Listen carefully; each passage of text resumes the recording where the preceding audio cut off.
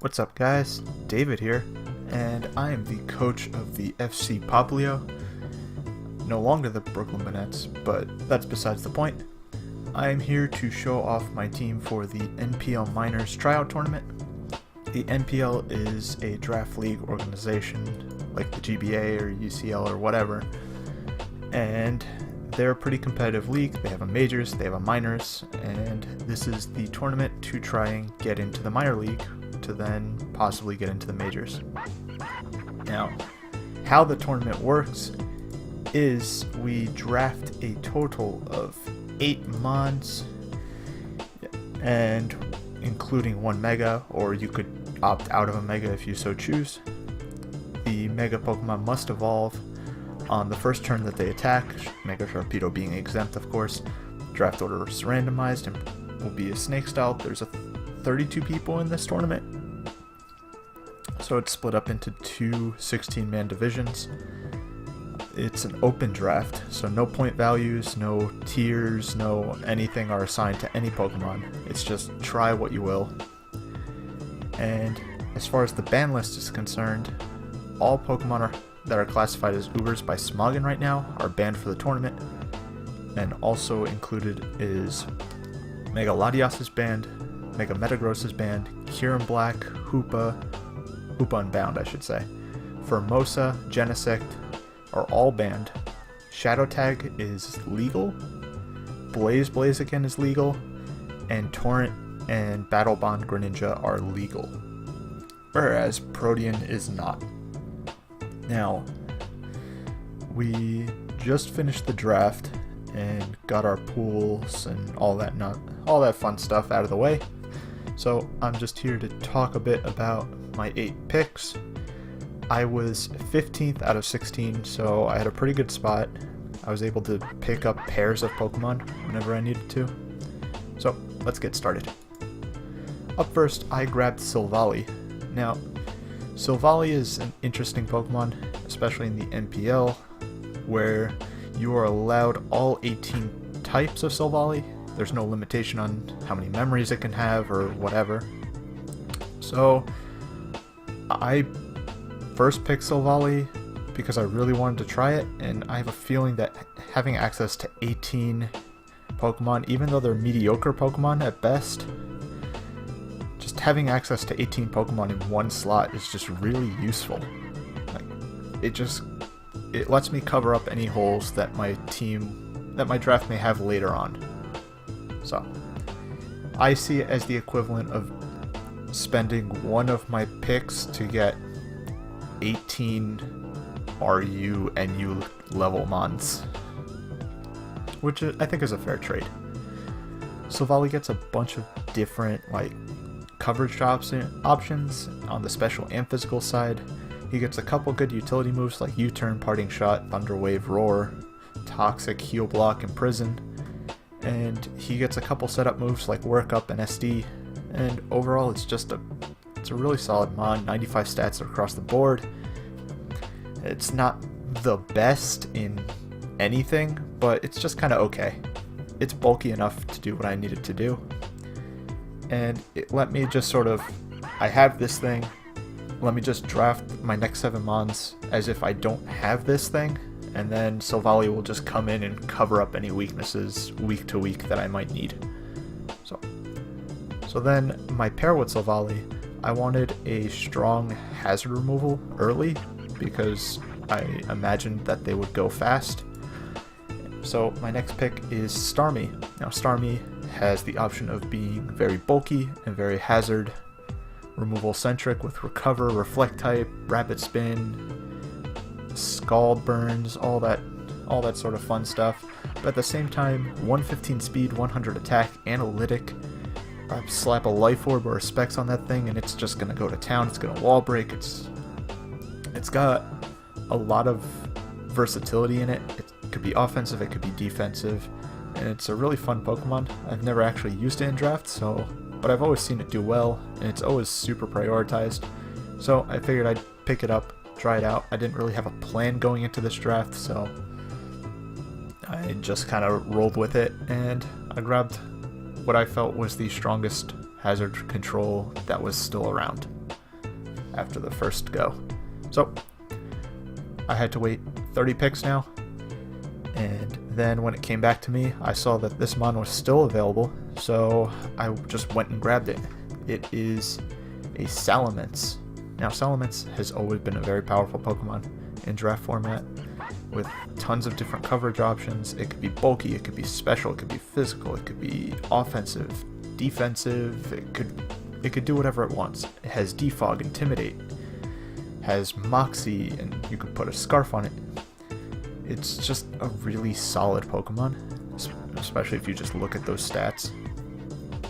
Its only real issue is Ice, which Starmie covers, which Volley covers, and so if you notice, you'll see a little Z up there next to Mentz's picture. That means that he is my Z-move mon. I didn't touch on this. We are allowed 2 Pokemon on this 8-man draft to use offensive Z-moves only. Support Z-moves like Z Rain Dance, Z Celebrate, Z Hypnosis, Z Trick, those are all banned. So I can't use Z Parting Shot Silvally even if I chose it as a Z-move mon, which I did not. But Salamence is the first mon shown that is a Z-move mon. He has access to really strong Z-moves like Z Flying or Z Dragon, even if I don't want to lock myself into Outrage. He has a lot of utility, a lot of strong coverage moves like Iron Tail, Fire Blast, Hydro Pump that I could all just slap a Z-move on, and suddenly it's a lot scarier than it was before. But yeah, overall, that is Salamence. I'm hoping he is pretty much my primary win condition. Like, if I could find a way to sweep with Salamence, I will. And hopefully I can support the rest of my team around it. So I got to pick something with Mentz. Let me get to that. I don't think it was gonna go if I didn't pick it. I think I could have saved it another round, but it's a really scary mon to prepare for, so I decided that I'm just gonna grab it and see how it goes. It got buffed this gen. It is none other than the little Gen 1er Dugtrio. Now, it went from 80 attack to 100 attack, which means it suddenly went from a really niche Pokemon with a very niche ability to a pretty solid ground type with 100 attack, 120 speed, Stab Earthquake, that also has the added bonus of Arena Trap. Now, what makes Arena Trap so interesting in draft format is that it's pretty hit or miss. Sometimes you'll get teams that are weak to it, sometimes you get teams that are like, I don't care if you trap this mon, it's still going to beat you anyway, because my only grounded mons are like grass types or something, and that's whatever. Sometimes you get situations like that, but the way that Dugtrio forces preparation, it forces how do I word this? People wouldn't normally run a Shed Shell on their Electric Mon if you didn't have a Dugtrio. So, just situations like that where it forces them to not run a Scarf, not run a Life Orb, not run whatever they might want to run. It's so powerful in a draft format where preparation is like half of the battle. So if I'm against, say, a Raikou or a Jolteon, maybe not a Jolteon, like a Raikou or a Zebstrika or a Tapu Koko, and they don't put a Shed Shell on their Pokemon, then Dugtrio is just a constant threat. Or maybe they do put a Shed Shell on their Pokemon, and then I just don't bring Dugtrio. Then they have a useless item that isn't going to help them win their game. So, I think situations like that are what make Dugtrio very interesting as a Pokemon. It's also a Stealth Rocker, it has Memento, it has Sucker Punch, it has a lot of interesting and unique moves that give it a lot of tools aside from just being a trapper, especially with its new attack power. I think it'll do very well, and it pairs really well with the Mega I decided to get later on. But first things first, another 30 picks pass, and I realized that Dugtrio is currently my only rocker, and I don't have a strong Steel type, or a strong like a lot of types right now. With Dugtrio and Silvally being monotypes, and me being only 4 mons in, I decided I wanted a steel type, and I was looking through what they had left, and Krookodile was open, and he's a very powerful steel type, very powerful fighting type. He's very bulky, he has strong offenses on both sides, much like Mence or Volley. 108 speed is very good.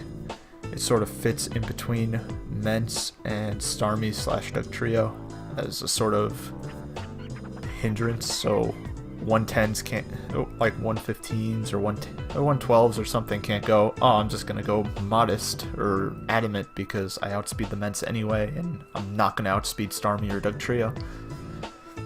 Koba forces them to sort of adjust their speed a bit more. Now, Krookodile has a lot of good options. He has pivot options, like Volley, and pivot options with the Dugtrio are very powerful because I can just Volt Switch or U-turn or Parting Shot and go in, and suddenly their Pokemon is trapped. Also to note, Krookodile has set up on both sides with SD, Workup, and Calm Mind. Very powerful stabs on both sides. Good coverage on the physical side. I don't remember its coverage on the special side, but I'm sure it's fine. It has hidden power, so it can't all be bad. It's also a very good taunt user, very good T-Waver. I think it gets T-Wave. Yeah, we'll pretend it gets T-Wave for the purpose of the video. Yeah, Krookodile is just a really good mon, and I really wanted a bulky steel, and this seemed like the best option available. So, with Krookodile, I decided to get my Mega. As I said, I'm paired up, so this time instead of pairing it with Krookodile, I paired it with my Dugtrio, and I guess Krookodile, like, with Krookodile it forms a nice Volturn team. They kind of check each other's issues. In Krookodile not being able to kill a bulky Psychic, and my Mega not being able to kill Steel types. So I have Mega Beedrill. Now Beedrill is a huge threat this gen because he doesn't need Protect. With the Mega changes where your turn order is decided after you Mega, so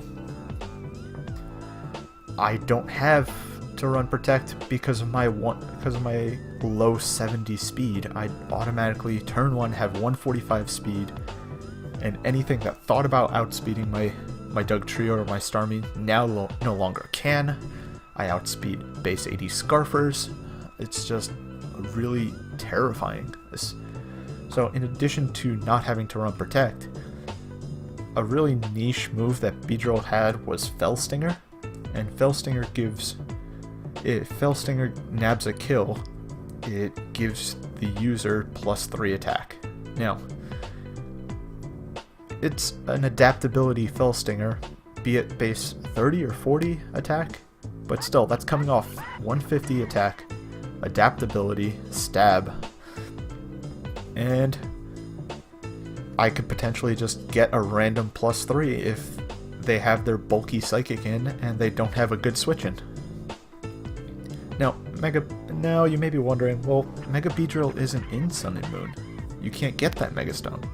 Well, the NPL allows all the old Megas to come back. Since it is a showdown league, we are allowed to do so. And I believe they have their own showdown server, so then people can't go into, so then we don't have to rely on custom games and people potentially cheating with their EVs or something, or with their movesets. So Beedrill pairs beautifully with things like Dugtrio, with things like Volley, things like Krookodile, all things that could just pivot around. Mence and Starmie both have trouble dealing with fat Psychics, fat Fairies. Beedrill destroys both of those. Dark types are not a problem for me because I just U-turn and murder them. And the only thing I really have to worry about is sort of priority with Beedrill, or very fast Scarfers. And at this point I was deciding that my team was super offensive, so I wasn't really looking for any bulk at this point. I was fully committed to just going offense, especially since I had stuff like Dugtrio and Volley who don't have good recovery, or in Dugtrio's case, any defensive stat whatsoever. So, moving on, I want to go into my next mon, which is Krookodile. I needed a good dark type. I wanted a ground type that wasn't a Dugtrio, and Krookodile is just such a good mod to pick up at round 7. Like, it usually goes so fast, and to just see it here as an amazing ground type, I decided to grab it. And as you can see, it is also my Z move user because it gets a lot of good coverage that just happens to be kind of weak. Stuff like Fire Fang and Superpower and Knockoff that are very strong moves sometimes, but then have some sort of drawback or get weaker in the case of Knockoff.